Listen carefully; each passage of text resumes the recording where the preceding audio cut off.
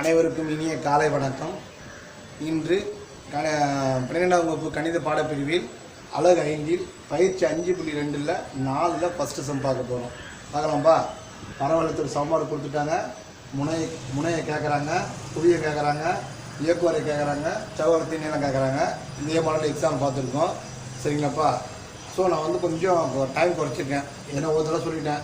முனைனா vertex, குவியனா focus, directrix, இயக்குனா டைரக்ட்ரிக்ஸு, இது இது latest ரெக்டாங்கிள்னு சொல்லிட்டேன். அடிக்கடி சொல்லிட்டே இருந்தேன்னு வச்சுங்களேன், உங்களுக்கு கொஞ்சம் போர் அடிச்சிடும். கொஞ்சம் இங்கிலீஷ் மீடியம் போய் பார்த்துக்குங்க. சரிங்களாப்பா. ரைட்.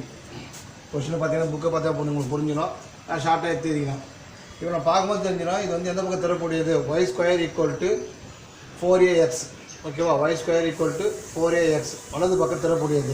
சரிங்களா. பரவளையம் ஃபஸ்ட்டு கொஸ்டின் எழுதிருங்க. y² = 4ax. ஓகேவா. அப்போ பரவளையமானது என்னவா இருக்குது, வலது பக்கம். பரவளையம் வலது பக்கம் திறப்புடையது. சரிங்களாப்பா. போடலாமாப்பா. அப்போது y² = 16xன்னு இருக்குது. ஓகேவா. y² இந்த 16 4 × 4 × xன்னு பிரிக்கலாம். அப்போ ஏவோட வேல்யூ என்ன ஆகிடுச்சு, உனக்கு 4 தெரிஞ்சிச்சு. பாருங்களா, தெளிவாக தெரிஞ்சிச்சு. சரியாப்பா.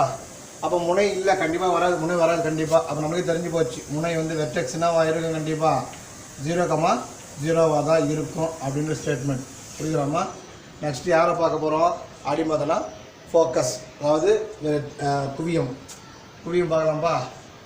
குவியம் அதுதானே ஃபார்முலா எதனா ஃபார்முலா சொல்லியிருக்கேன். h + a, k அப்படின்னு எழுதியிருக்கேன் ஃபார்முலா. சொல்ல விஷயம் புரிஞ்சுக்கிறோமா. ஸோ ஹெச்னாவாக இருக்குது. ஹெச் 0 ஆகிடுச்சு. ஹெச் என்ன ஆகிடுச்சு, 0 ஆகிடுச்சு. k ஆகிடுச்சு, 0 ஆகிடுச்சு. ஏ 4 இல்லையாம்மா. அப்போது 0 + 4, 0. ஸோ அப்போ ஆன்சர் என்ன வரும் அப்படி பார்த்தோன்னா 4,0.